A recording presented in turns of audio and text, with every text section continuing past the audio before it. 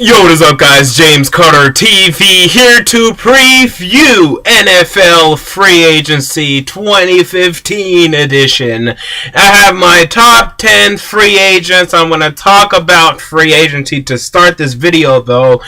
And this looks like a very interesting free agency. I mean, the past free agencies have been kind of in the past couple years, but now this looks like a very strong free agency class, and we'll see what happens. We'll see what moves around and what takes place here. Obviously headlined by Ndamukong and Darrell Revis. I mean, that's number one and that's number two. Maybe you have the order switch, but that's it. I mean, these are the top two players of this NFL free agency class, and they should be. I mean, these are two game-changing players. Now, I believe that one of them is better than the other, but I'm not going to spoil the list quite yet. We have a whole top 10 to get through. But we have some teams that are sounding as if they're going to make some moves in free agency. I'm talking about the Indianapolis Colts that have over $40 million to spend, the Jacksonville Jaguars that have over $45 million to spend, the Philadelphia Eagles that have over $40 million to spend, and hell, got rid of McCourty, the best thing to be in Philadelphia for the past 5 years, because they wanted more money to spend. So, we have some teams that look like they're going to do something. The Oakland Raiders have over $60 million to spend, and they have to spend $20 million. They have to. It's a rule. So, there's going to be some money that flies around in this free agency. I'm going to try to dissect, and with the top 10 free agents I have, I'm going to predict whom I think they will sign with. Now, I might be wrong. I probably will be wrong. This is just for fun, but this is what I'm projecting, and let's start with number 10. I have Jerry Hughes, defensive end of the Buffalo Bills. He's had over 10 sacks the past 2 seasons, has had experience with the 3-4 and the 4-3 because for some goddamn reason, the Buffalo Bills like to switch back and forth every single season, and I know their players are getting sick of that. But he has shown he can be successful in both, but I think he wants to go back to the 4-3. I think he was more successful in the 4-3 this season than he was in the 3-4 last season, and what he would be this upcoming season if he stays in Buffalo. So because they're going back to the 3-4 with Rex Ryan, I think he's going to want to leave out of Buffalo, get more money elsewhere, and go back to the 4-3. And that's why I have him going to the New York Football Giants. I mean, the Giants sound like they're going to make some moves. Not a lot of moves, but like one big move to get a pass rusher. They franchise tag Jason Pierre-Paul on one side, they need the other side. And ever since losing Justin Tuck, they haven't had that consistent pass rush they need. The Giants are focusing on the trenches, and that's what they should be doing. Because, man, their offense, now they have Eli Manning, I mean, they've always had Eli Manning, but now they have Eli Manning connecting with Odell Beckham. That right there is already one of the most explosive wide receiver duos in the NFL. Now let's focus on the defensive and offensive lines. This will shore up most of the problems on the defensive line, and then during the draft they can focus on the offensive line, and I will have that in my mock draft, by the way, which is coming out tomorrow. So a lot of stuff coming out here on James Carter TV. But I feel like he can be successful in the New York Giants. Not sure if he's going to get 10 sacks a season like what he's been doing recently, but still contribute well for the New York Giants. So there you go, Jerry Hughes at number 10. Number 9, I have Byron Maxwell of the Seattle Seahawks, and I have him signing with the Jacksonville Jaguars. And I know all you Philadelphia Eagle fans are like, what are you talking about? This guy's signing with us. Okay, there's really 3 main suitors that I see for Byron Maxwell, and that is the Jacksonville Jaguars, the Philadelphia Eagles, or him going back to the Seattle Seahawks. And then maybe some other teams can, throw some money at him. Like maybe if the Raiders wanted to or something like that. But I think he wants to either go to Philly or he wants to go meet up with his old friend Gus Bradley, and that's what I have going here. Byron Maxwell was actually on ESPN, and they're playing this little dating game. Now, maybe I'm taking too much from this, and there's a good chance that I am, but in that, he picked the Jacksonville Jaguars as his perfect match. And maybe I'm sounding ridiculous right now, and I probably am, but that means something to me. He said that it means something to him that Gus Bradley and him had a strong relationship in the past. The Jaguars were offering probably the most money next to the Philadelphia Eagles, and why not go down to Jacksonville? It's nice weather, they're on the rise, blah, blah, blah. Jacksonville Jaguars, that's what I have. But don't worry, Eagle fans, you'll be spending money on plenty of people. So don't worry, this loss will not be as bad as you think it will be. Number 8, I have Julius Thomas. Now, I'm not that high on Julius Thomas. I mean, we'll see what he does outside of the Peyton Manning offense, but he will be well sought after. And I have him going to the Oakland Raiders. Now, honestly, I don't like this fit. I like the current tight end, Michael Rivera, they have down there. But for some reason, they want to upgrade tight end just because they can. So I have them going to, I have Julius Thomas going to the Oakland Raiders. Out the Raiders getting Julius Thomas. I think it's like I said, not a great fit. They really want to get weapons around Derek Carr. I understand that. I'm not suggesting, you can't have 2 good tight ends. Yeah, you certainly can. But not a lot of teams do it. I mean, Raiders, they need to be focused on getting wide receivers more than tight ends at this juncture. I'll get to that in a minute. Furthermore, but Julius Thomas, Oakland Raiders, some other teams being interested in him. I heard the Colts, maybe. I don't know about that. And then maybe some other teams, but then the Jaguars, I was just talking about them. Now, they need a tight end because Mercedes Lewis has been the starting tight end there for too long. But here we go. Julius Thomas, Oakland Raiders. Now, number 7, I have Randall Cobb of the Green Bay Packers. And a lot of people want to attribute his success to Aaron Rodgers. Oh, Aaron Rodgers made him a better receiver than he actually was. And, I mean, there might be something to that. Aaron Rodgers is the best quarterback in the NFL. I don't care that Tom Brady just won the Super Bowl. Tom Brady is the best quarterback ever, and Rodgers is the best quarterback now. I mean, that's just it to me.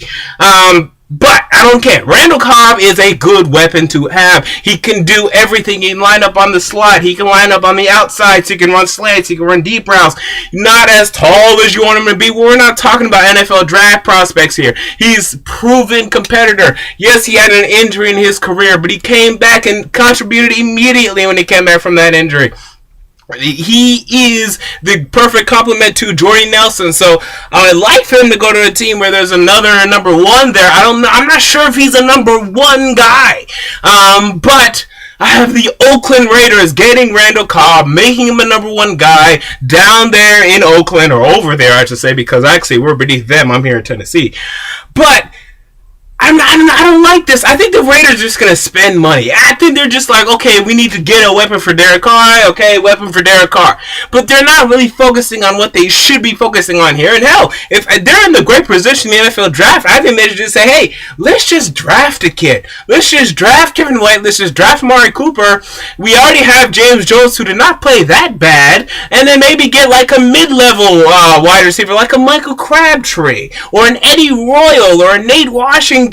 But they're just gonna throw money, and we'll see if it works. It probably won't. Just ask the 2013 and 2014 Miami Dolphins. It doesn't work. But that's probably what they're going to do, so I have them getting Randall Cobb.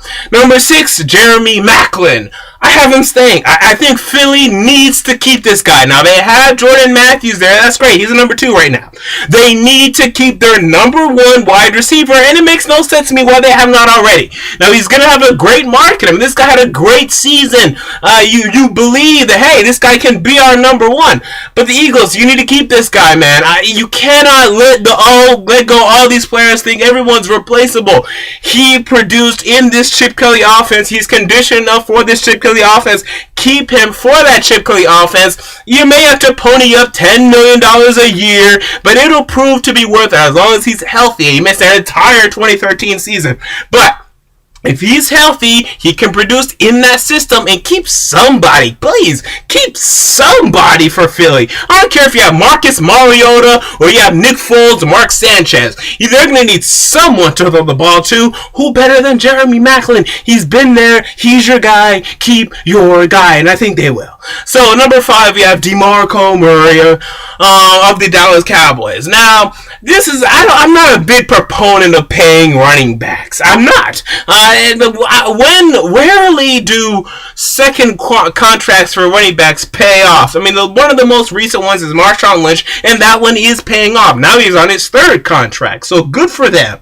But it rarely happens where they live out the life of the contract. He's going to get a 5-year, 4-year deal, and I'm not sure if he's going to be the same DeMarco. I mean, I'm not even sure. I'm positively sure he's not going to be the same DeMarco DeMarco Murray at the beginning of the deal than he will be at the end of it. So hopefully the deal is front-loaded. But I'm sure a running back needy team is going to get him. And the running back needy team I have getting him is the Indianapolis Colts. Now, apparently, if DeMarco Murray is in the range with the Cowboys and another team that's offering him, he will stay with the Cowboys. But I think the Colts are going to go all out. And they're going to overpay him. And he's going to say, see you later. I'm going to go play with Andrew Luck in the AFC. And we're going to go win the AFC. I think that's what he thinks is going to happen. I'm not sure if that's actually going to happen.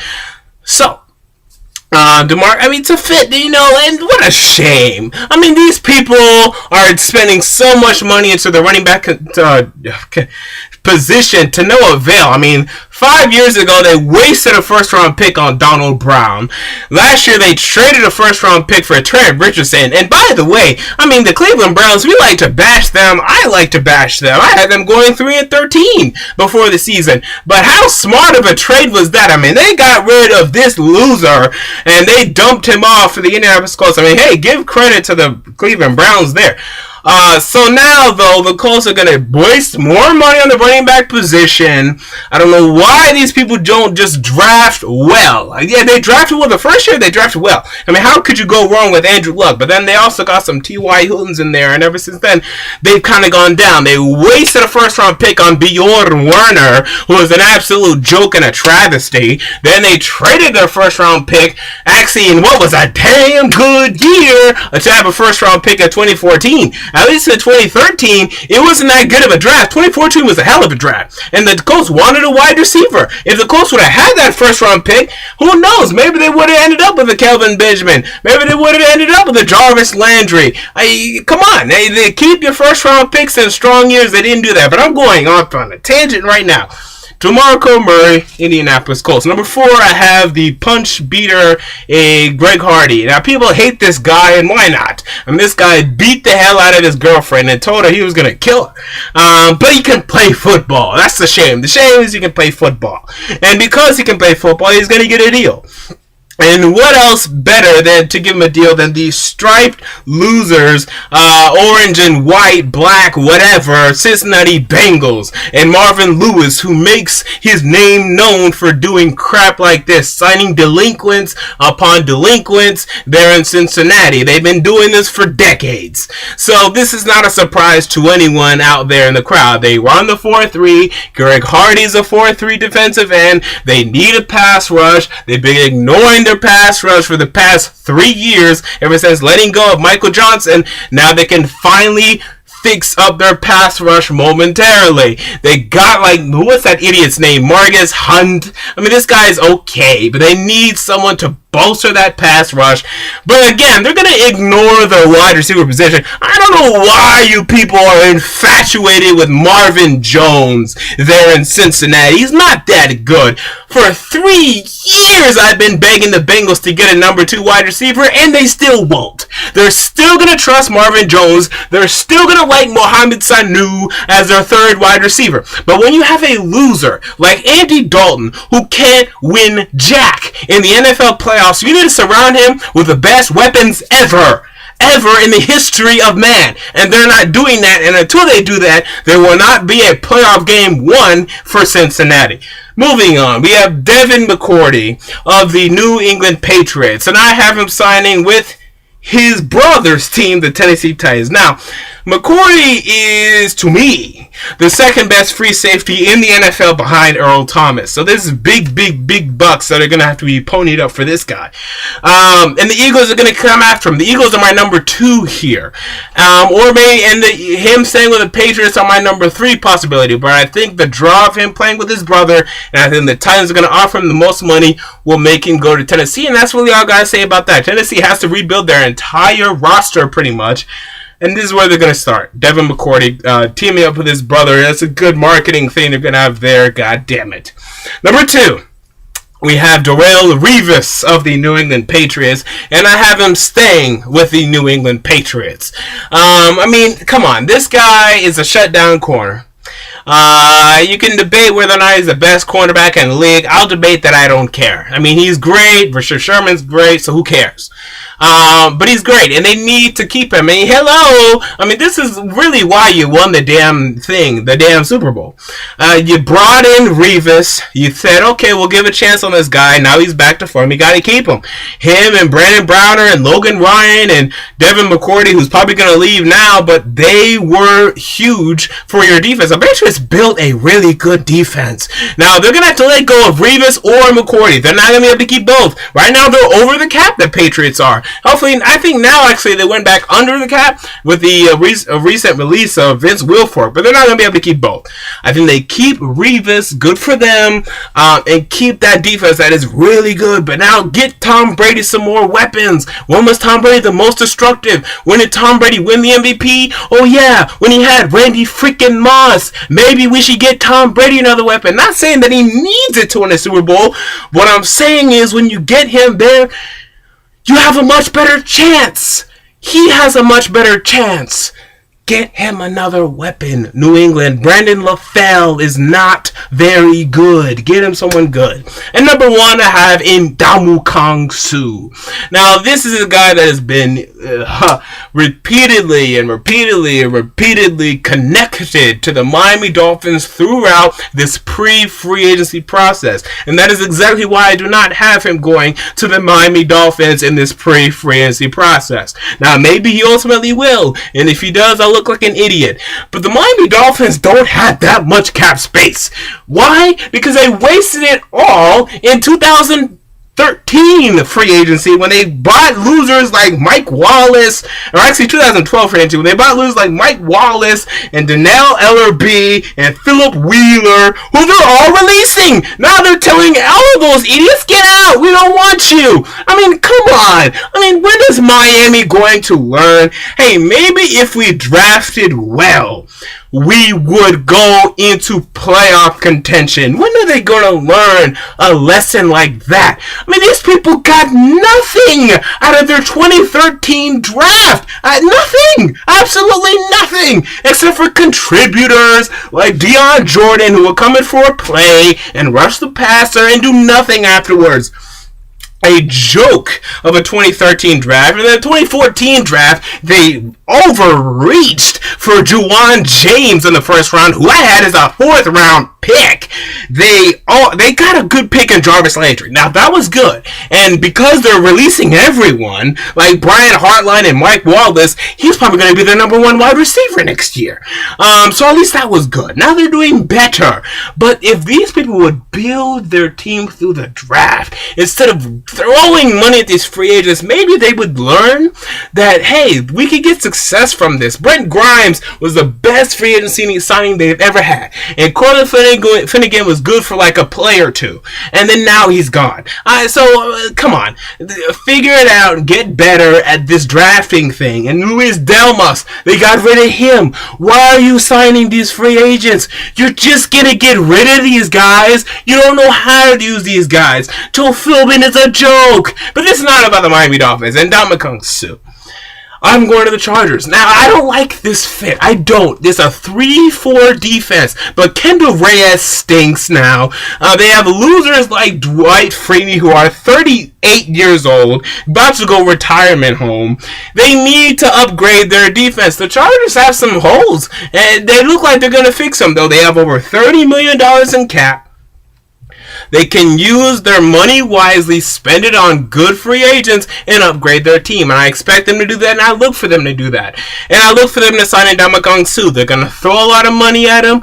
It's really pleasurable for him. Oh, I'll go to San Diego. I'll go to the AFC. I'll chill, and we'll make the playoffs. Now, whether or not they actually will, we'll see. But I like that fit. Other teams, the Colts will be in it. They're a 3-4 as well, so I don't like that fit, but they'll be in it.